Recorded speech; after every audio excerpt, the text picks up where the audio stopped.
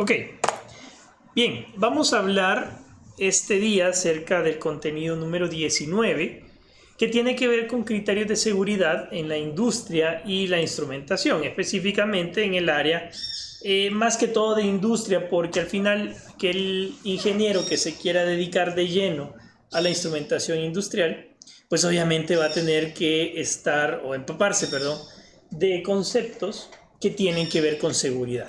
Acuérdense que todo está sometido todo dentro de la industria, pues está sometido a pues el manejo humano o ambientes agresivos a lo mejor, fuentes de energía difícilmente controlables, o simplemente factores ambientales sobre los que nosotros pues no podemos hacer mayor cosa. Entonces nosotros necesitamos tener seguridad.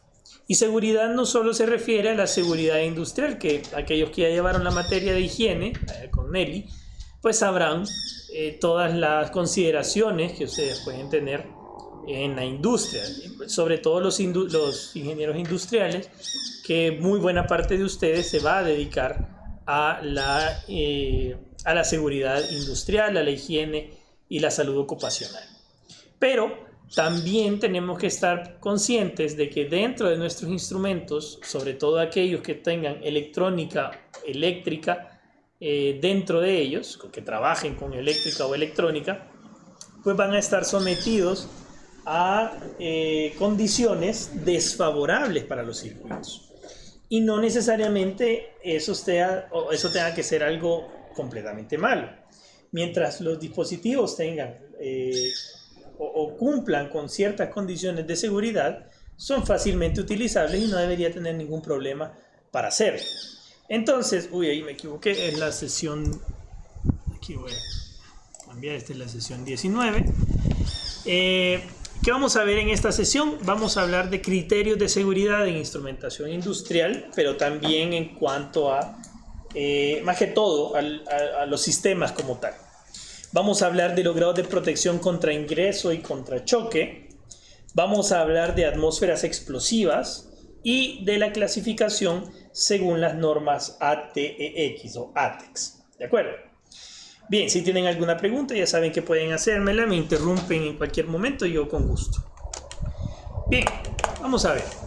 Hablando de seguridad en la industria, ya sabemos nosotros que la seguridad industrial es el conjunto de normas y estándares establecidos que nos permiten evitar o minimizar tanto los riesgos en los ambientes industriales como los perjuicios derivados de la actividad industrial e incluso de las enfermedades ocupacionales.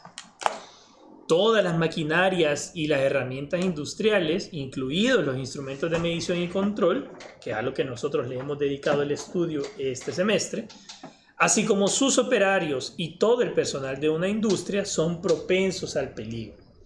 Siempre estamos propensos al peligro. Nosotros como operarios, nosotros como jefes, nosotros como gerentes, nosotros como clientes en una industria incluso, o incluso como proveedores de cualquier industria, siempre somos susceptibles a que haya accidentes, a que haya un peligro que pues obviamente nos pueda causar algo en nuestro cuerpo.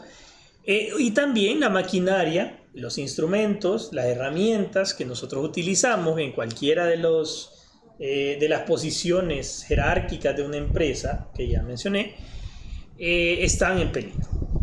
Mediante los estándares de seguridad lo que buscamos es que se evite el daño tanto a las personas como a los bienes, entendiéndose los bienes como estas herramientas, estas plantas, estos equipos. Y además, para aquellas empresas que son conscientes, reducir el impacto al medio ambiente. Las empresas y las industrias tienen la responsabilidad de generar condiciones de trabajo que garanticen protección y seguridad a sus trabajadores, implementando y siguiendo normas y recomendaciones que reduzcan los riesgos de los accidentes laborales. Por ejemplo, el abastecimiento de equipo de seguridad industrial, tener la indumentaria correcta, darle las herramientas correctas y los accesorios de seguridad para evitar accidentes. Y aquí, como les decía, si ustedes ya llevaron la materia de seguridad industrial, de Nelly, pues recordarán todo lo que ella les decía, ¿no? el casco, el barbiquejo, el chaleco reflectante, las botas de cubo, el cinturón, el arnés, los pantalones largos, la camisa manga larga, camisas reflexivas, los lentes de seguridad y los guantes si los utilizan, herramientas con mangos aislantes, etcétera, etcétera, etcétera. Hay un montón de cosas de equipo de seguridad. Incluso ahora que con esto de la pandemia, pues parte del equipo de seguridad, que ahora hasta nos compete a aquellos que realizamos un trabajo menos de campo y más de oficina, pues siempre tenemos que andar con nuestra mascarilla y nuestro alcoholito gel, ¿verdad? Eso se ha convertido también en parte de equipo de seguridad. Tal vez no industrial, pero al final equipo de seguridad que evita que tengamos accidentes o enfermedades en las áreas de trabajo. Además, debe garantizar un área de trabajo segura, salidas de emergencia, que estén accesibles, zonas amplias de circulación, un plan de emergencia bien establecido, que haya iluminación adecuada, que tengamos espacios cómodos. Y todo esto, pues, como trabajador, pues deberíamos tener el derecho y la fuerza de solicitarlo a la empresa, ya que es algo que ellos deben proveerles a ustedes. Yo sé que aquí en El Salvador mucho de estas empresas es, no anda casco, así que se suba, ni modo, démosle, tenemos que terminar el trabajo. Pero nosotros como ingenieros debemos ser conscientes que eso no está bien, no es correcto. Y la seguridad industrial, la seguridad ocupacional debe ser prioritaria en cualquier trabajo industrial, de campo, de oficina que pueden estar realizando nuestros empleados. Si es cierto, es probable que ustedes como ingenieros industriales, mecánicos o electricistas nunca se vayan a subir a un poste, probablemente nunca vayan a tener que ir a pintar una pared de 4 metros, probablemente nunca vayan a tener que ir a jalar cable, pero recuerden que están jugando con la vida de los empleados cuando ustedes no brindan equipo de seguridad personal. Y si ustedes son empleados a los que les correspondería tener equipo de seguridad industrial, exíjaselo a la empresa, no se arriesgue. Su vida, y comercial aparte, su vida vale más que lo que pueda generarle de utilidades a una empresa cualquiera. ¿De acuerdo? So, como parte de las recomendaciones que yo les hago para cuando lleguen a trabajar a una empresa de este tipo que son un poco irresponsables, ¿no? Cuando se trata de, entre comillas, terminemos el trabajo porque ya tenemos que salir. Y así lo dice. Y número 3, pues obviamente brindar la capacitación. De nada sirve que tengamos todo el equipo de seguridad si no sabemos cómo utilizarlo. Formación adecuada, tanto en conocimientos como habilidades, que permitan hacer el trabajo de la mejor manera. ¿Sí? Bien, ¿estamos claros con la seguridad en la industria? Esto es lo básico. Me imagino yo que muchos de ustedes ya llevaron higiene. Esto es repetitivo, pero recuerden que al final ustedes son ingenieros, van a tener personal a su cargo muy probablemente, y pues tienen que cumplirles también ustedes a ellos. Al invertir en seguridad industrial y reducir los riesgos laborales, las empresas también pueden disminuir sus costos de operación y, por supuesto, obtienen más ganancias. Al mismo tiempo, protegen a sus empleados, sus maquinarias y sus recursos. ¿Por qué? Miren, porque se reduce considerablemente el absentismo. Si no hay peligros, pues no hay accidentes, no hay empleados que lo sufran y no hay empleados que tengan que ir a pasar todo el día al seguro y perder el día de trabajo. ¿De acuerdo? Entonces, o que pasen enfermos 3-4 días con la incapacidad que les da el seguro en una buena, ¿cómo decirlo? En condiciones, digamos, favorables para la empresa, que solo se vaya 3 días. Pero yo he sabido de accidentes que 3 meses, pues, 3-4 meses, y llegan y solo a renunciar. Entonces, se perdió todo el trabajo que pudieron haber hecho. Al final, en vez de invertir en seguridad industrial, le salió más caro porque el empleado ya ni llegó a trabajar, y cuando llegó se terminó yendo porque, pues sí, ya no le gustaba el trabajo. ¿Qué más? La jornada laboral no se ve interrumpida por accidentes o imprevistos. Aquellos que trabajan en proyectos, si en algún momento van a trabajar en proyectos, se van a dar cuenta que mucho del trabajo de proyectos se ve interrumpido cuando hay accidentes. ¿Por qué? Porque cuando hay accidentes tienen que venir a hacer la inspección, a hacer el levantamiento, a preguntar si están bien, la enfermera hace el recorrido, bueno, si están auditados por una empresa internacional, pues tienen que saber qué pasó, los trabajos se detienen, hay una investigación grande, etcétera, etcétera, etcétera, que eso toma horas, quizás días. Y entonces el trabajo, otra vez, se ve interrumpido, los tiempos no salen, y por supuesto, el proyecto no se lleva a cabo en el periodo estipulado. Luego se crea un mejor ambiente laboral. Las tareas se realizan más a gusto porque el empleado sabe que la empresa lo protege y puede mejorar su productividad y mejorar su competitividad. Y finalmente, pues obviamente se reducen los costos que están asociados a los daños de los equipos, los edificios e incluso el personal. Y esto ya lo hablamos. Acuérdense que cuando se va un empleado y se va incapacitado, la empresa tiene que correr con una parte de la incapacidad del seguro. El seguro paga una parte y la empresa paga otra parte, pero la empresa está pagando por un empleado que no está trabajando. Entonces, visto desde el punto de vista de la empresa, eso sale caro, pues si el trabajador o el empleado no trabaja y yo encima tengo que pagarle, claro, un porcentaje menor que su salario, pero al final es un porcentaje. Y yo tengo que pagarle al empleado aunque no esté trabajando, ¿quién está perdiendo? Obviamente la empresa, en vez de haber invertido en un equipo de seguridad adecuado. ¿Sí me explico?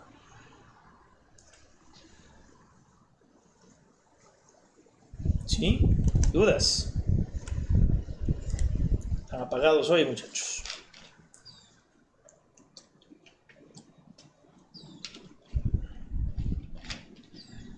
Hola, hola.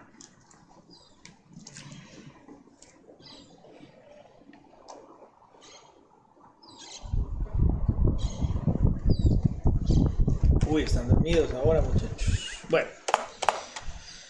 Bien, entonces, en cuanto a la instrumentación, en la instrumentación industrial, los estándares o normativas nos ayudan a determinar cuál es el mejor equipo a utilizar en función de las condiciones ambientales en las cuales se va a instalar un aparato. En esta sesión nosotros vamos a abordar algunas características que le pertenecen a todos los instrumentos de medición y control en una industria y que determinan su utilidad en ambientes peligrosos. Por ejemplo, el grado de estanqueidad, el grado de protección al impacto y la protección contra atmósferas explosivas. Ok, vamos a ver. Los equipos diseñados para trabajar en ambientes hostiles deben cumplir con ciertos estándares que aseguren que son robustos y que permitan a los usuarios saber bajo qué condiciones pueden o deben ser utilizados. Para saber si un equipo puede funcionar bajo condiciones extremas, es necesario revisar sus especificaciones, ya sea mecánicas, especificaciones mecánicas sobre todo, generalmente de hermeticidad. Usualmente vamos a encontrar los grados IP, los grados NEMA o las normativas IEC para la estanqueidad. Antes de usar, implementar o diseñar con estos equipos, nosotros debemos saber si son realmente apropiados para la aplicación pensada. Veamos cómo funciona esto. Vamos a ver, ¿quién me dice que es el grado de estanqueidad, muchachos?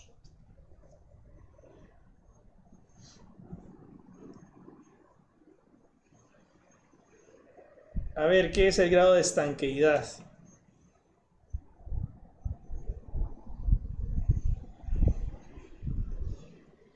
Ok, Herbert no sabe. ¿Qué más? ¿Qué es el grado de estanqueidad? ¿A qué le suena? El grado de mantener las cosas juntas o unidas. No realmente.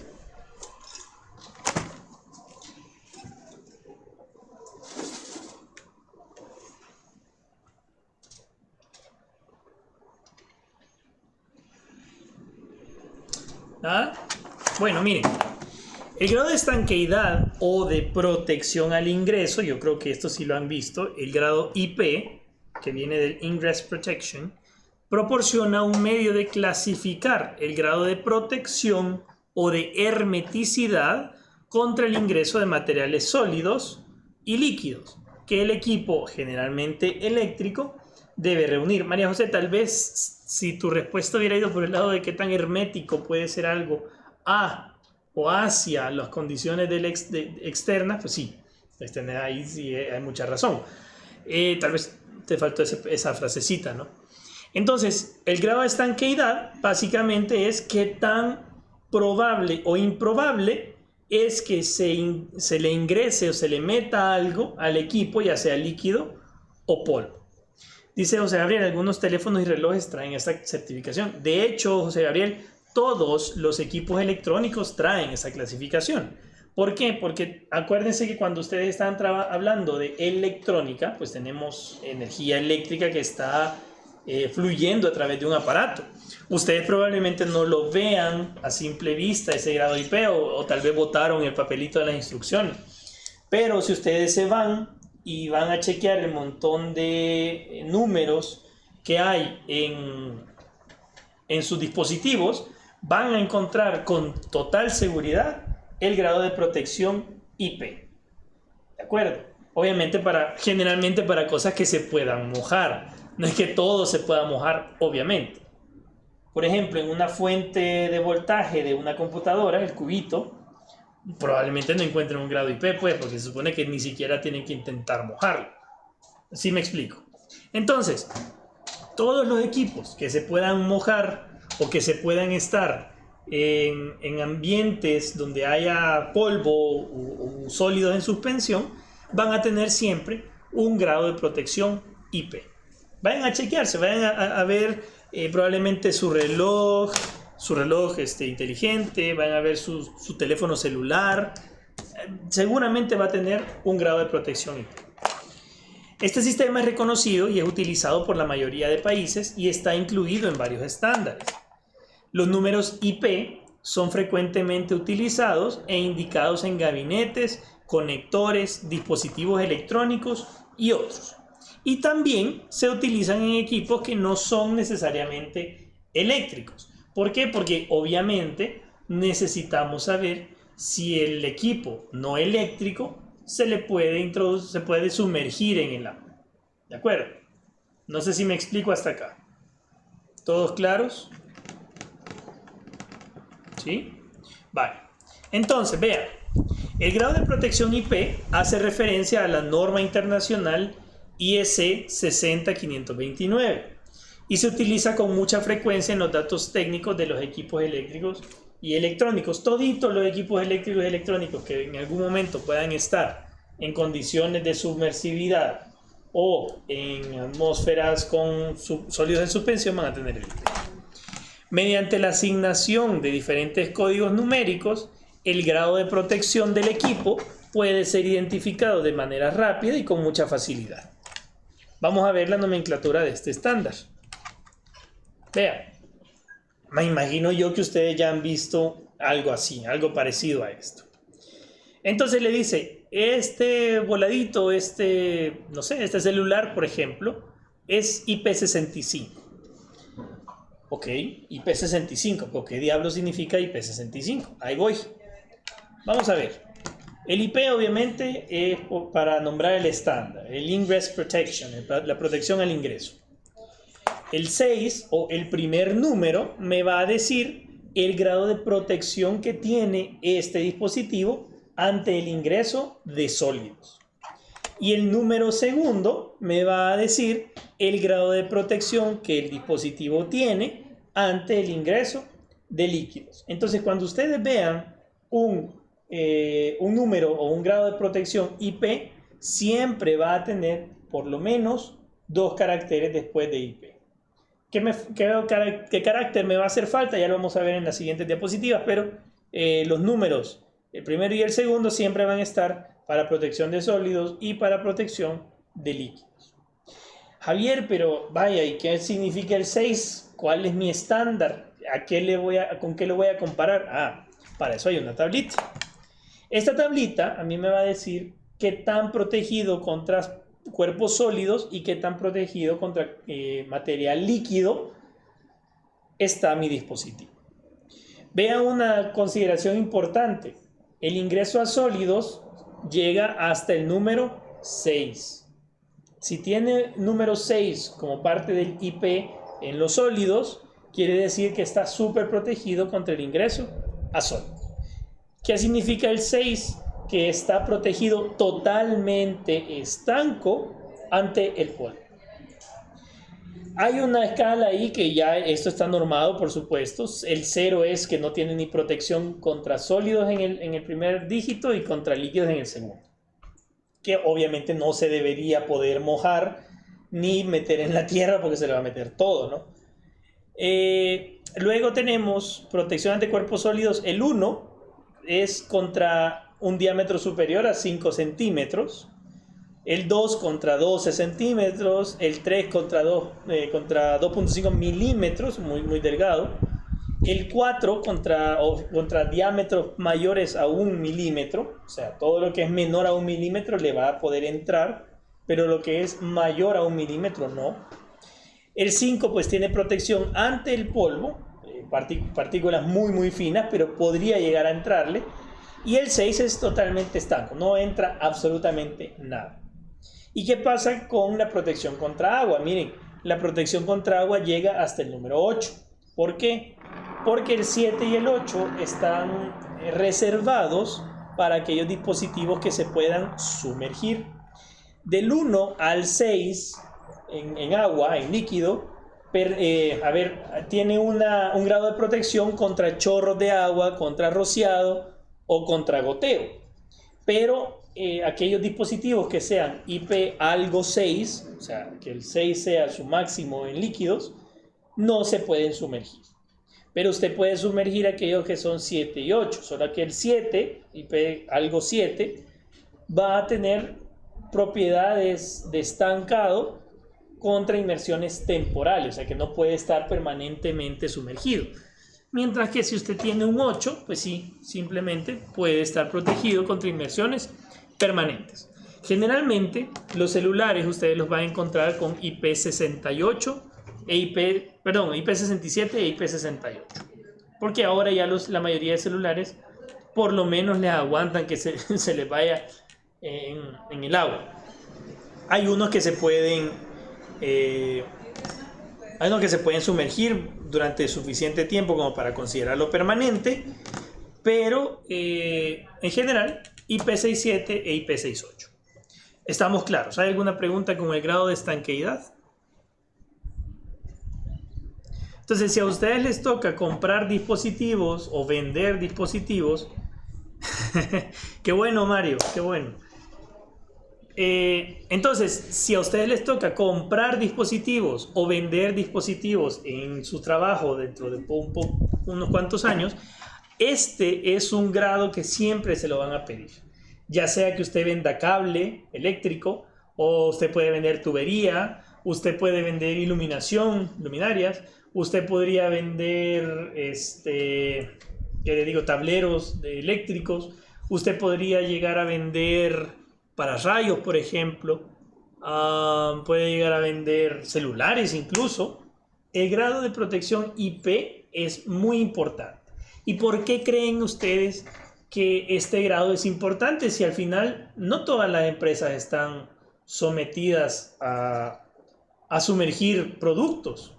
¿Por qué creen que sería importante un grado de protección IP en esta tunera que les estaba contando yo en la clase anterior?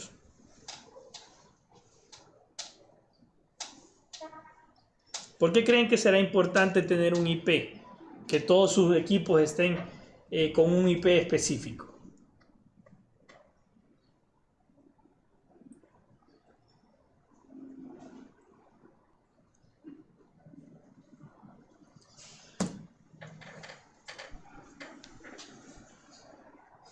Porque los ambientes están en contacto con el agua todo el tiempo, básicamente. Porque los ambientes pueden ser variables, porque necesitamos inocuidad, así es. Vaya, imagínense en esta tunera hacen la limpieza de las mesas cada 2 o 3 horas, me parece. Y es un lavado completo, o sea, de verdad llevan las mangueras de alta presión y empiezan a lavar todo el piso, las mesas, las bandas transportadoras. Y la cantidad de agua que se genera, que se utiliza, pues obviamente genera vapor, y ese vapor puede ir a condensarse en los equipos que estén, por ejemplo, la iluminación, Por ejemplo, los rótulos de salida de emergencia, otras maquinarias que necesitan estar estancos al rociado de agua o por lo menos la protección ante los chorros. ¿De acuerdo? Fíjate, Mario, que si te referís al salitre, porque agua salada, ¿con qué rociarías con agua salada? Tal vez, pero si te referís al salitre, difícilmente va a estar protegido por el grado IP, porque el salitre, como es algo más a nivel... ok. Mira, se supone que sí, se supone que el celular debería aguantarte incluso el agua salada, porque la sal está diluida. Pero mi recomendación es que no vayas a botar el celular en el mar, ¿vea? Pero si te referías al salitre, como es algo más a nivel molecular, probablemente no esté protegido aún si teniendo un IP68. Sí, es muy difícil mantener, sobre todo en ambientes tan corrosivos como el mar, como el aire de la costa, incluso mantener metales, madera o eléctricos o electrónicos es bien complicado porque se corroen fácilmente. ¿Sí? Sí, de acuerdo. Sí, o la misma salmuera, puede ser. Mi recomendación, no boten ni los celulares ni los relojes al mar, ¿oyen? Bien. Por regla general, cuanto mayor es el grado de protección IP, más protegido se encuentra el dispositivo, obviamente. Ya ven que el número va en crecimiento. Actualmente, la mayoría de sensores tienen un nivel de protección mínimo IP67, los cuales los hacen aptos para soportar la mayoría de los ambientes agresivos en la industria. Por ejemplo, miren, aquí tenemos un caso de iluminación. ¿Por qué creen que tenemos IPs diferentes en diferentes ambientes de esta casa? Vea que hay una luminaria que está colocada encima de la puerta, que tiene un IP23. IP23 es un nivel bastante bajo de protección. Le permite alguna entrada de polvos y alguna entrada de agua. Vea incluso que son campanitas que van hacia arriba. Eso puede atraer mucho polvo. Me imagino que tendrán algunos de ustedes alguna lámpara así en su casa o las han visto, que para darle mantenimiento hay que quitarlas y cuando las quitan hay una cantidad de polvo exagerado. Tenemos la otra luminaria que está afuera de la casa, que tiene IP44, que si bien es más alto que el IP23, pues todavía le hace falta mucha protección a pesar de que está en exteriores.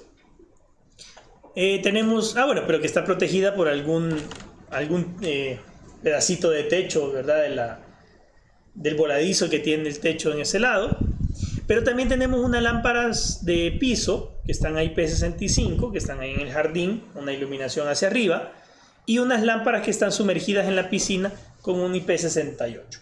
El IP68 ya dijimos que es aquel IP, el mayor IP que puede tener un dispositivo de uso normal para cuando estaban completamente sumergidos y de manera permanente. ¿De acuerdo? El IP65 pues será necesario colocar un IP65 para esas luminarias porque ustedes saben que va a llover. Llueve, se estanca el agua, probablemente esté mojándose mucho tiempo, pero no necesariamente va a permitir la entrada de este líquido cuando haya llovido y pues esperar a que se seque y listo. La lámpara o la luminaria va a seguir funcionando de la manera adecuada. ¿Estamos claros? Estos son dispositivos que trabajan en condiciones normales. La lluvia se considera condición normal, la nieve se considera condición normal, tener una piscina es condición normal, mucho sol, el polvo, incluso las tormentas de arena se consideran condiciones normales. Así que mientras nos encontramos en este aspecto, pues tener estas luminarias con IP65 es más que suficiente. O IP68 están sumergidas. En una fuente ustedes van a tener IP68, en una piscina tienen IP68. ¿Cuáles serían las condiciones no normales? A eso voy ahorita, Mario, justamente. ¿Qué pasa con aquellas condiciones que son anormales? Las condiciones anormales se generan sobre todo cuando trabajamos con temperaturas elevadas y presiones elevadas. ¿Por qué?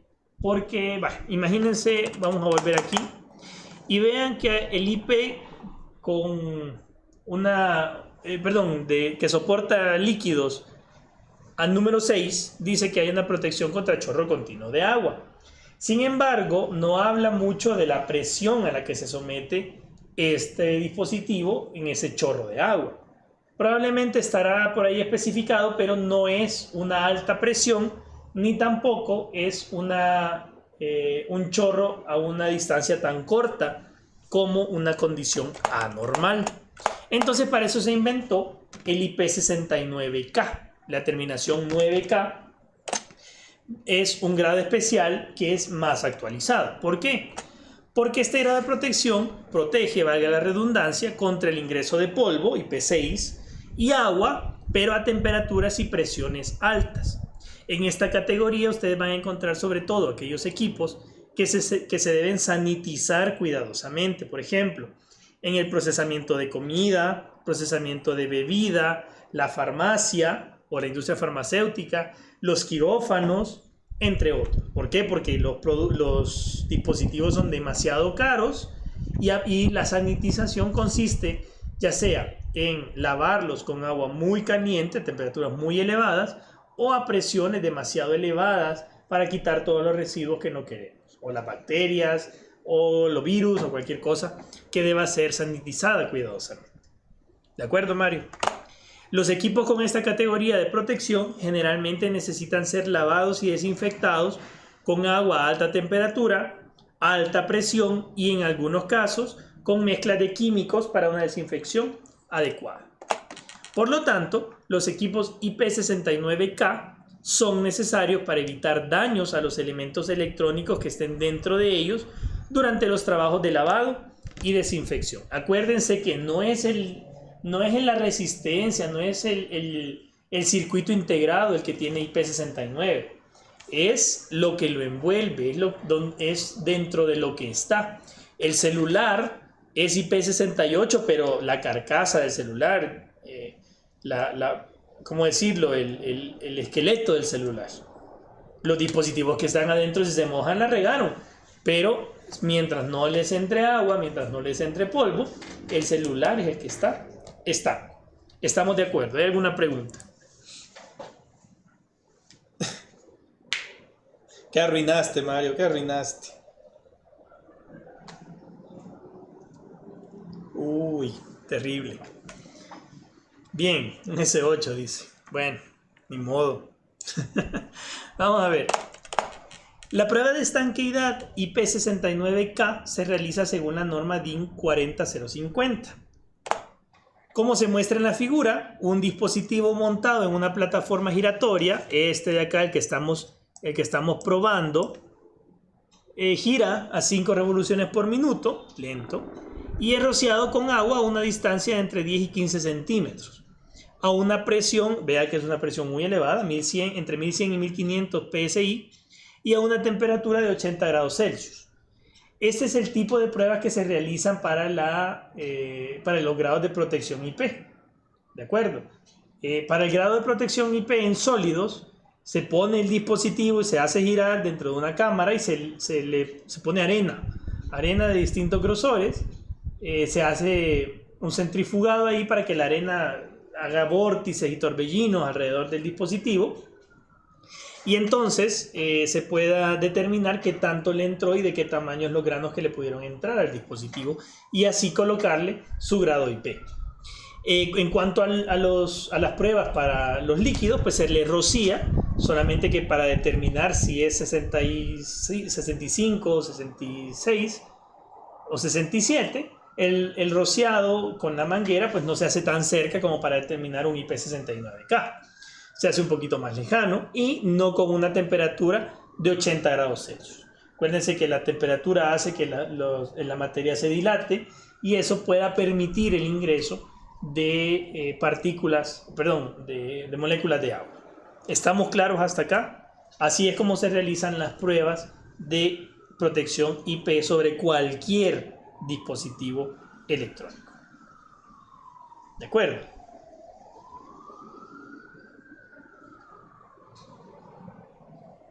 Preguntas. ¿Todo bien? Bye. Ok, ahora los estándares NEMA. Un estándar NEMA es un conjunto de estándares que fue creado para clasificar el sellado de los equipos eléctricos o bien que contienen elementos eléctricos y electrónicos, generalmente los gabinetes, los tableros de control o de fuerza. Yo imagino que muchos de ustedes ya han hablado o se les ha hablado en algún momento de que un gabinete es NEMA 3, NEMA 4, NEMA 2, NEMA 4X, NEMA 12. Y usualmente se encuentran los NEMA 4, que son contra agua y polvo, para interiores y exteriores, que pueden soportar salpicaduras, filtración, condensación, granizo. Los NEMA 4X contra agua, polvo y corrosión. O los NEMA 12, que son de uso industrial, resistente al polvo, fibras, pelusas, aceites y líquidos enfriadores, que se utilizan sobre todo en las plantas industriales, cualquiera que sea el caso. Y aquí les dejo para que chequen. Yo les sugiero que sí vayan a ver este recurso donde habla de los estándares NEMA y la descripción de cada uno de las clasificaciones. Ahora, el estándar IP o el grado IP se puede tener una analogía, puede tener una paridad con el estándar NEMA. ¿Cómo es? Bueno, miren, la siguiente es una tabla de referencia cruzada que compara los estándares IP y el estándar NEMA. Es una comparación aproximada solamente, ojo con esto por favor. Es responsabilidad del usuario y sobre todo, quiero hacer énfasis aquí porque usted es el ingeniero, probablemente no el cliente final, pero el ingeniero, y es su responsabilidad verificar el nivel de protección necesario para cada aplicación. Estamos. Vean, un IP23 generalmente se corresponde con un NEMA 1, por ejemplo. Un IP30 generalmente se corresponde con un NEMA 2. Un IP64 generalmente se corresponde con el NEMA 3. Y así hay varias correspondencias que se pueden hacer entre el estándar IP y el estándar NEMA. Entonces, cuando ustedes le digan, mire, yo quiero un gabinete, un tablero que soporte agua, no sumergida, pero a chorros grandes porque va a estar en exteriores, fíjese, y va a estar a la par de las plantitas donde estamos, del jardín que tenemos, que por cierto me pasó. Estábamos en el hospital Sacamil, hicimos un proyecto colocamos unas bombas para una cisterna en un jardín, pero la cisterna se iba a tapar una buena parte de ella con ese jardincito, con zacate y unas plantas ahí, pero el tablero obviamente quedaba cerquita de las bombas, pero siempre dentro del jardín. ¿Qué pasa? Que el jardinero obviamente va a regar y pues como no sabe qué hay en la caja, no le importa mojarla. Por lo tanto, necesitamos proteger ese tablero, proteger lo que está dentro de ese tablero con una carcasa, con un envolvente que pueda soportar esos chorros de agua. ¿De acuerdo? ¿Y eso cómo se logra? Pues buscando un gabinete que sea adecuado. ¿Qué gabinete elegirían ustedes si les dieran este problema?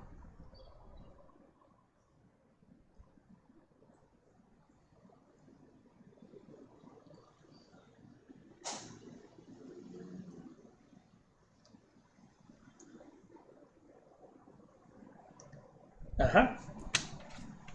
¿Qué tablero, qué envolvente, qué gabinete elegirían ustedes como ingenieros de ese proyecto si les dieran ese problema que les estoy anunciando? Si les dicen tienen que estar en exteriores, solo va a tener un medio techito ahí para hacer la paja de que está cubierto, pero no podemos gastar más. Está a la par de la bomba y a una altura donde crecen las plantas y pues se va a mojar con la manguera. Los tableros se venden por estándar NEMA. Entonces, ¿qué NEMA de tablero van a utilizar ustedes? ¿Cómo van a ir a la tienda y decir, mire, necesito un tablero NEMA, ¿qué?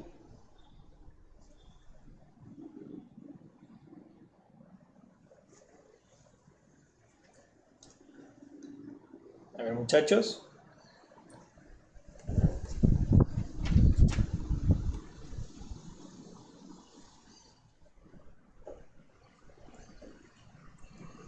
Un NEMA 6, Andrés. Huela, te salió carísimo porque estarías comprando un tablero que se puede sumergir.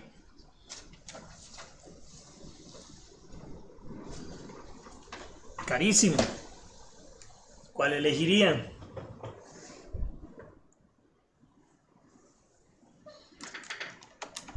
Que no me acuerdo cuál es el de exteriores, si el 66 o 67, con IP. Claro, qué bárbaro, lo acabamos de ver. No, sí, sí, sí, por eso, pero dije sí me lo podía, pero no me acuerdo. Vaya, ahí dice María José que está usando, que utilizaría un gabinete NEMA 4. Un NEMA 3, Nelson, no, un NEMA 3 no, porque no sabe de cuánto va a ser el chorro que le va a tirar. Y obviamente yo tampoco. Pero tenemos que protegernos lo más posible, ¿cierto? Entonces yo sí elegiría un NEMA 4, porque probablemente será un chorro lo suficientemente fuerte como para que pudiera entrar en un NEMA 3, entonces no nos sirve de nada. Y no quiero gastar tanto, no hay suficiente presupuesto como para comprar un NEMA 4X. Por cierto, había un tema de presupuesto en el ejercicio, ¿no? Por eso le digo a Andrés que le iba a salir demasiado caro. Porque si usted compra algo que protege muchas más cosas de las que realmente no va a necesitar, eso es carísimo. ¿De acuerdo? Bien, eso es para que lo vayan asimilando, vayan a leerse ese recurso que les puse en la diapositiva anterior acerca de la descripción de los NEMA y la comparación de esos NEMA con los grados IP. Bien, ahora tenemos grado de protección al impacto. ¿Alguien ha escuchado alguna vez el grado de protección al impacto?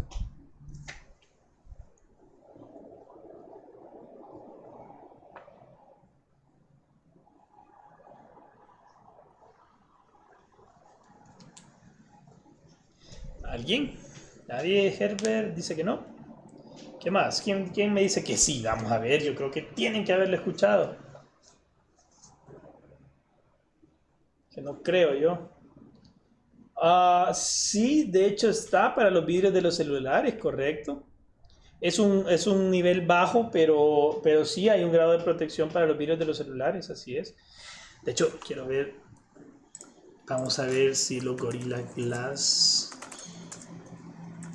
tienen grado de protección al impacto. No sé, fíjense. Tendría que buscar una hoja técnica, pero bueno.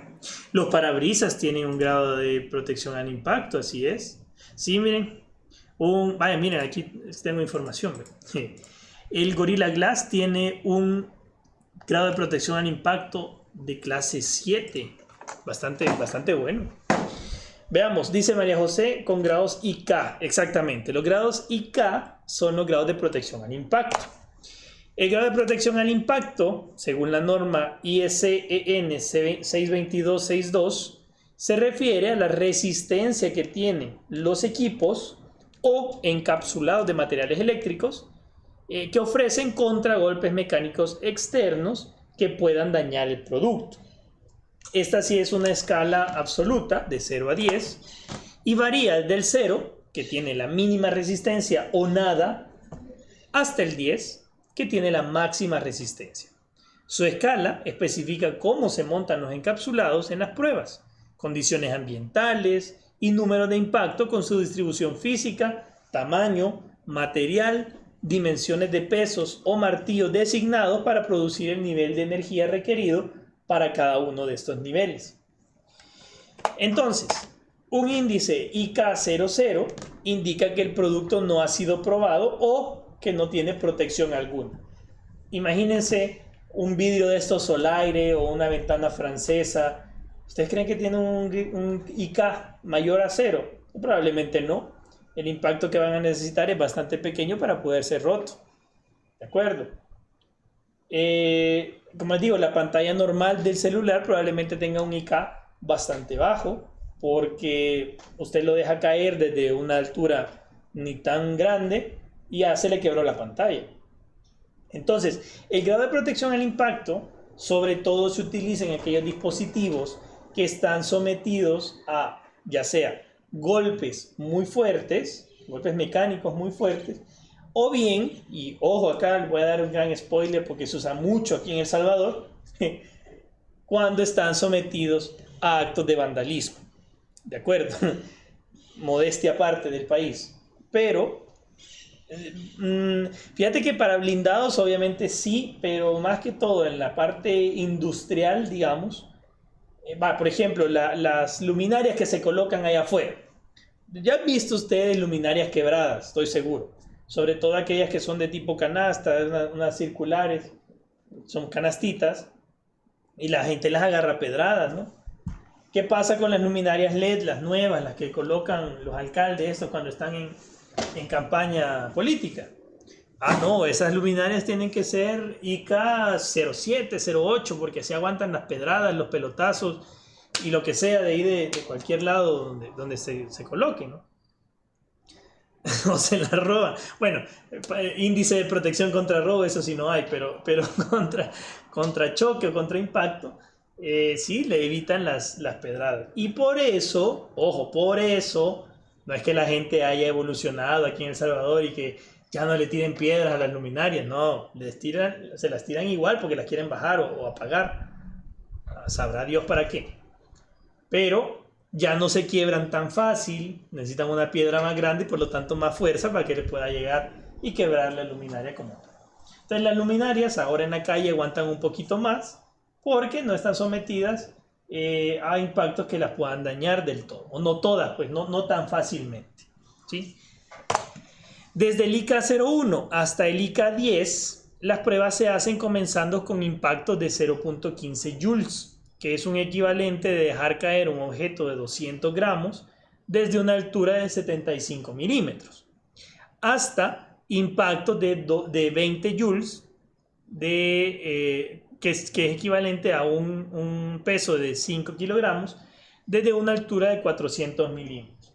Entonces, vamos a ver, usted deje caerle a su celular una piedra que pese 200 gramos desde 7.5 centímetros de altura, y usted me dirá si su pantalla le aguanta. O a su tablet, que generalmente las pantallas de las tablets son más frágiles que las pantallas de los celulares, porque se supone que la tablet no la agarras con la misma... no la agarras con la misma soltura que un celular, ¿no? Y el celular se te puede caer más veces que la tablet, por eso es que es más frágil. Entonces ahí está una forma, una de las maneras en que se realiza la prueba de protección contra el impacto de resistencia mecánica. Se coloca el dispositivo entre esas dos plataformas que tenemos acá y se le golpea con ese peso con una puntita. ¿Por qué una punta? Pues obviamente la presión que se le hace va a ser más eficiente con un dispositivo terminado en punta, ¿verdad? Está mejor condensada la fuerza que se está haciendo. Y ahí es donde se puede determinar el grado de protección contra choque o contra resistencia mecánica. ¿De acuerdo? ¿Hay alguna pregunta hasta acá?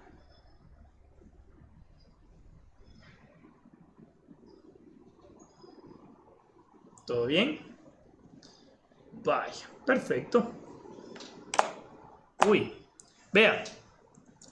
Entonces tenemos el grado de protección al impacto. Generalmente se simboliza con un martillo pegándole a algo y le dice IK tanto, IK tanto, IK tanto. Entonces el IK va desde 0 hasta 10. Aquí les pongo de 1 hasta 10 porque obviamente ya dijimos que si es 0 pues es como que no tenga protección o simplemente no se le ha realizado ninguna prueba. Ahora, ¿cuánto es lo que se le da de golpe? ¿Cuánto es el impacto? Miren, se golpea para determinarle el IK entre 0 y 5, se golpea con una fuerza de 0.2 kilogramos a una altura de 7,5, 10, 1,5, 25 y 35. Si aguanta estas, quiere decir que es mayor a IK 0,5.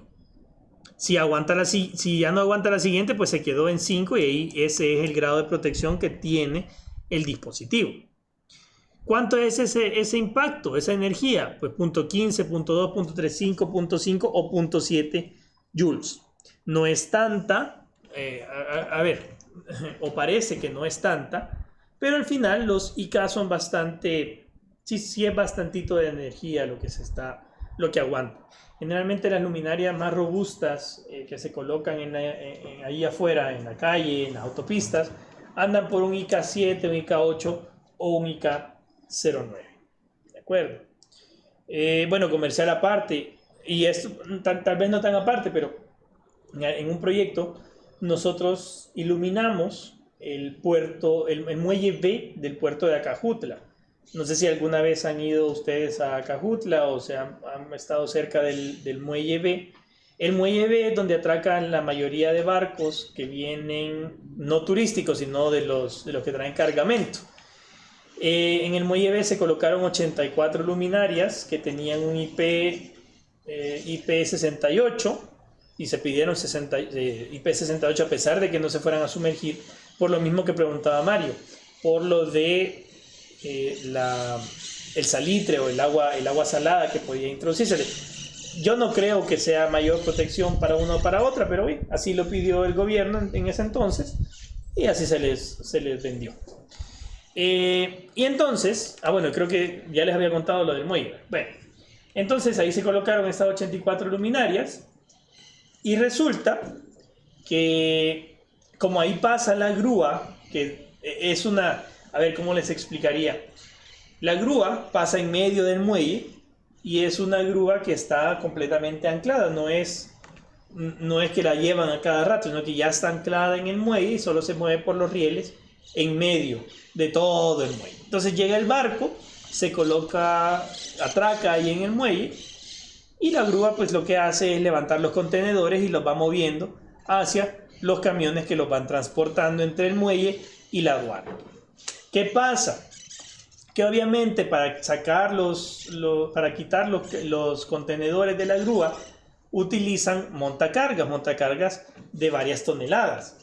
Y estos montacargas de varias toneladas, a veces quien los va manejando por el mismo desconocimiento o simplemente porque no se acordaban que ahí estaban las luminarias, se han pasado llevando varias de estas luminarias.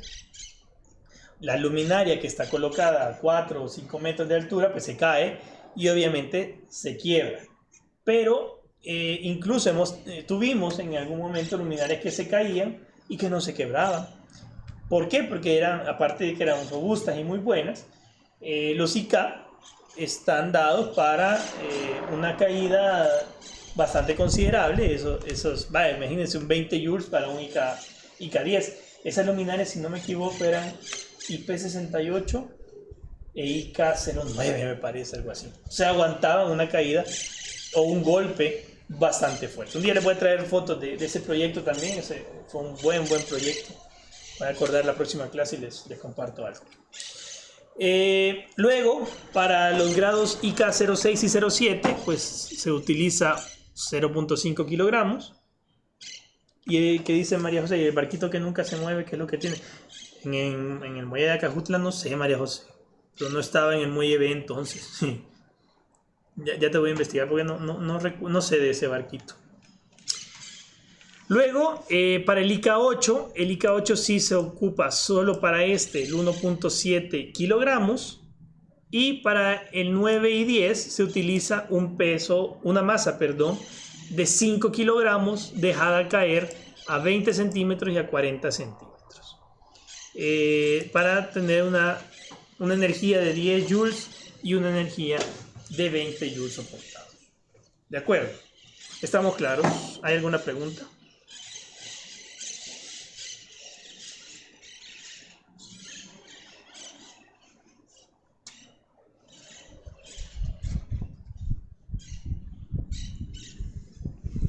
Nada.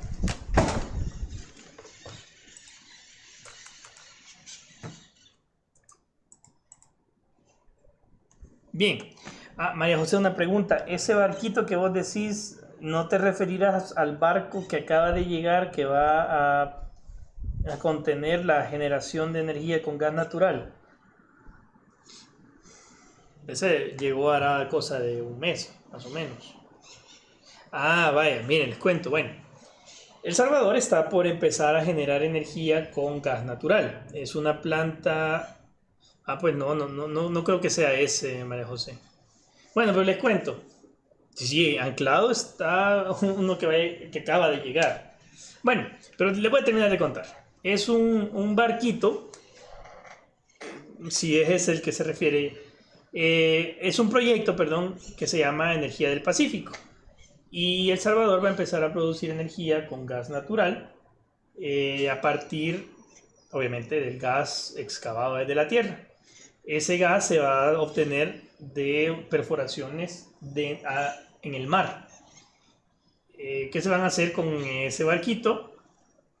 Que va a extraer el gas natural y utilizando una tubería que está desde ese barco hasta la casa de máquinas que sí está dentro de la tierra, o sea, tierra adentro, se traslada todo ese gas recolectado para que se pueda procesar. Es un proyecto muy muy bueno. Aquí los electricistas, Andrés, Pablo, deberían saber bastante de ese proyecto, que lo está desarrollando Wärtsilä, que es una empresa finlandesa, y hay mano de obra salvadoreña, de hecho comercial aparte. Mi mamá es la superintendente de la obra metalmecánica del proyecto, y ella pues se ha encargado mucho de la construcción de la cabal, exactamente, Monelca. Mi mamá es la gerente general de Monelca y es la encargada de la obra metalmecánica. Y pues este proyecto es un proyecto de $1.000 millones. Vamos a diversificar nuestra matriz energética. Eso, pues la idea es hacer la generación de energía un poco más limpia y también un poco más barata. Ya medio les he explicado cómo son las fluctuaciones de los precios de la energía aquí en El Salvador, porque cambian, ¿verdad? Pero eso hace utilizar gas natural, que es una energía renovable, va a permitir que vayamos deshaciéndonos poco a poco, muy lentamente, de la generación utilizando combustibles fósiles, ¿verdad? Búnker o bien quemar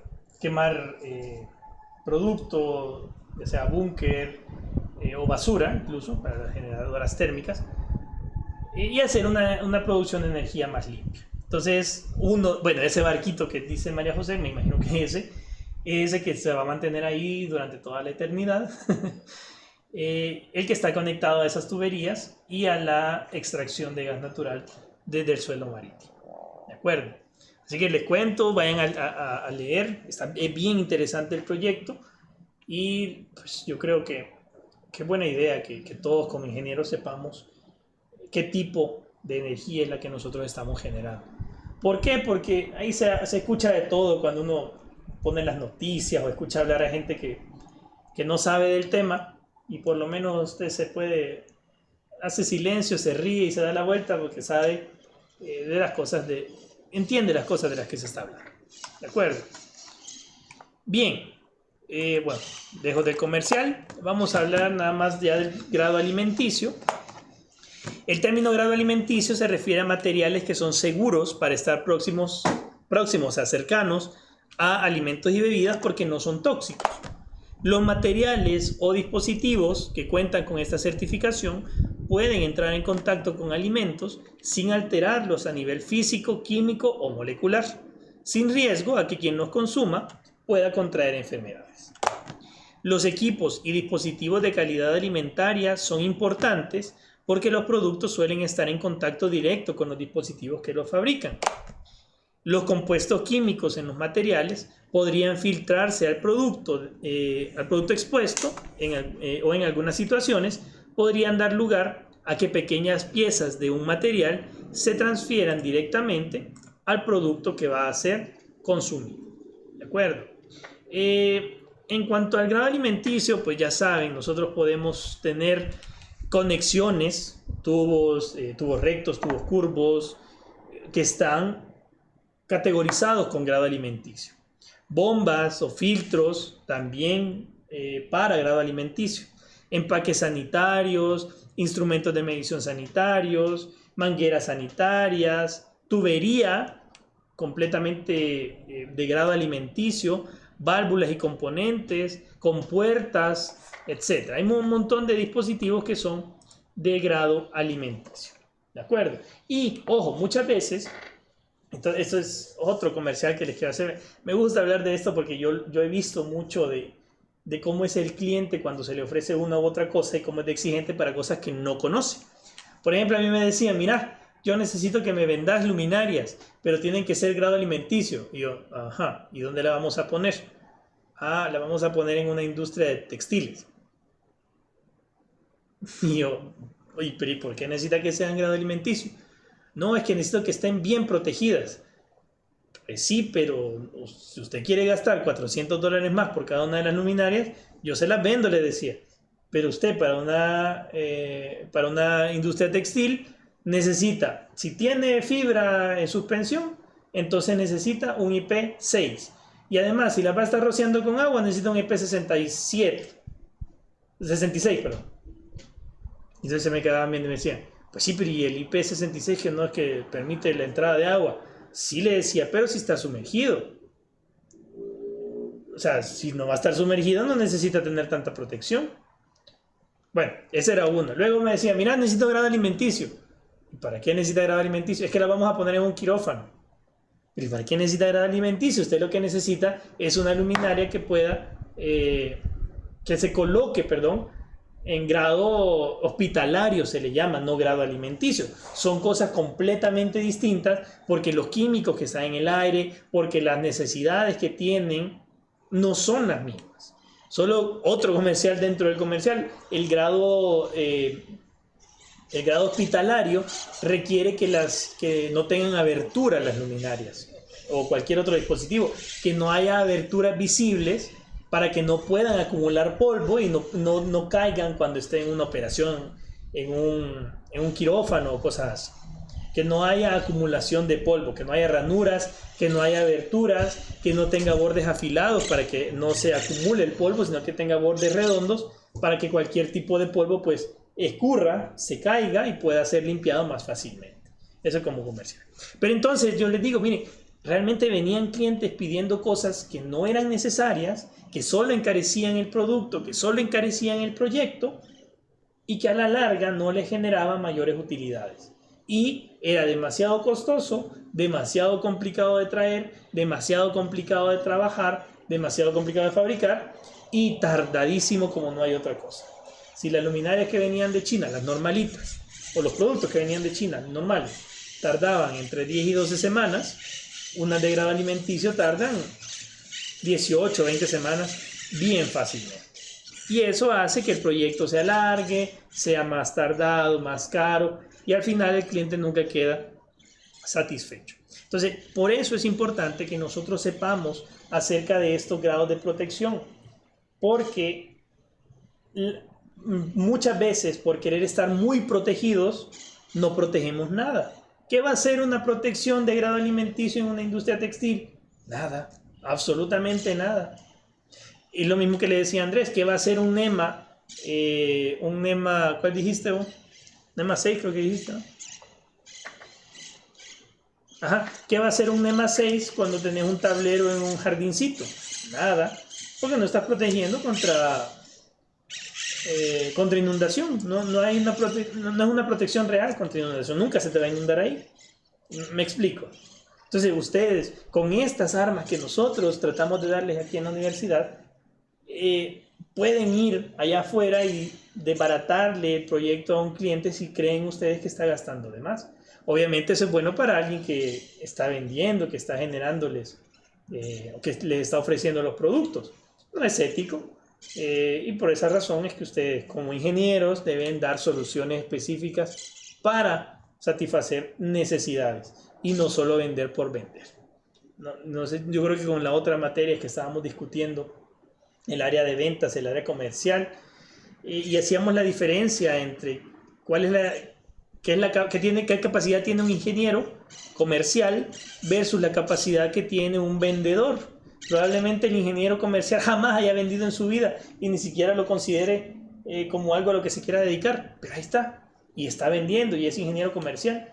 ¿Pero por qué? Porque conoce el producto, porque conoce qué puede hacer, qué no puede hacer, dónde se puede meter, dónde no. Conoce las virtudes, los defectos del producto. En cambio, el vendedor, que probablemente le podría vender piedras si piedras vendiera, no le va a saber todo eso porque no es técnico, no es alguien que sepa todas las características del producto o por qué funcionan de la manera que funcionan. Entonces, el vendedor ofrece un producto. En cambio, el ingeniero comercial ofrece una solución a un problema. Y esa es la gran diferencia entre los ingenieros comerciales y los vendedores de productos normales. Que el trabajo es distinto. Claro, el trabajo es distinto. El vendedor probablemente se encarga de hacer el lobby con el cliente, de conocerlo, de llevarlo aquí, llevarlo allá, enseñarle el producto, mostrarle, darle los catálogos, pedirle la información, obtener más información de otros proyectos, etcétera, etcétera, etcétera. Pero el ingeniero comercial va a lo que va y le dice, mira, vos necesitas esto, si compras lo otro, pues te va a ir mal. Como les digo, a nosotros ingenieros no nos enseñan a vender. ¿Que está malo? Pues sí, deberíamos saber vender, claro. Pero si no es lo primordial, nosotros con nuestro conocimiento, con cosas como las que les estoy dando acá, que ya Mario me dijo, al fin entendí, ya no le van a dar paja cuando le lleguen a vender algún producto de alguna empresa comercial, ¿no? O si alguien se dedica a las ventas, ya no va a ir a vender sin saber. O la gente que trabaja en la Pepsi, por ejemplo. Si ustedes se dedican al CAPEX o al OPEX, gastos de capital o gastos de operación, para los que no están familiarizados con los conceptos, obviamente tienen proyectos de manera regular.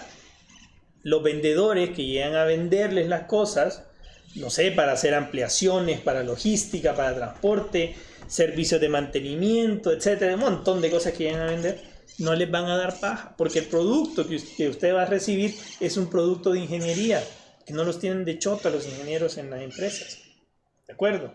No están por gusto, están porque la capacidad que tiene el ingeniero la capacidad racional que tiene el ingeniero es mucho mayor por los conocimientos que tiene, más que por la habilidad de vender o de comprar. ¿Estamos claros? ¿Estamos de acuerdo? ¿Hay alguna pregunta?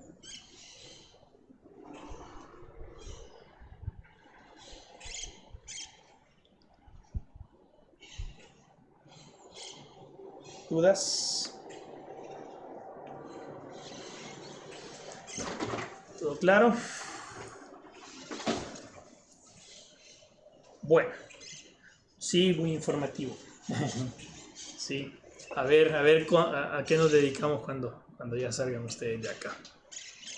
Bueno, muchachos, lástima ya no llegamos a atmósferas explosivas, como les he dicho ya varias veces. No me gusta dejar los temas a medias, así que lo vamos a dejar hasta acá. Y hablamos de atmósferas explosivas y dejamos tareita el miércoles, ¿de acuerdo?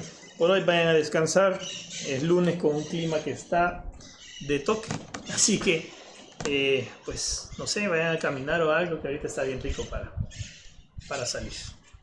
Siempre con las medidas de seguridad, no se vayan a arriesgar. Pásenla bonito esta tarde y nos vemos el día miércoles. Ah, sí,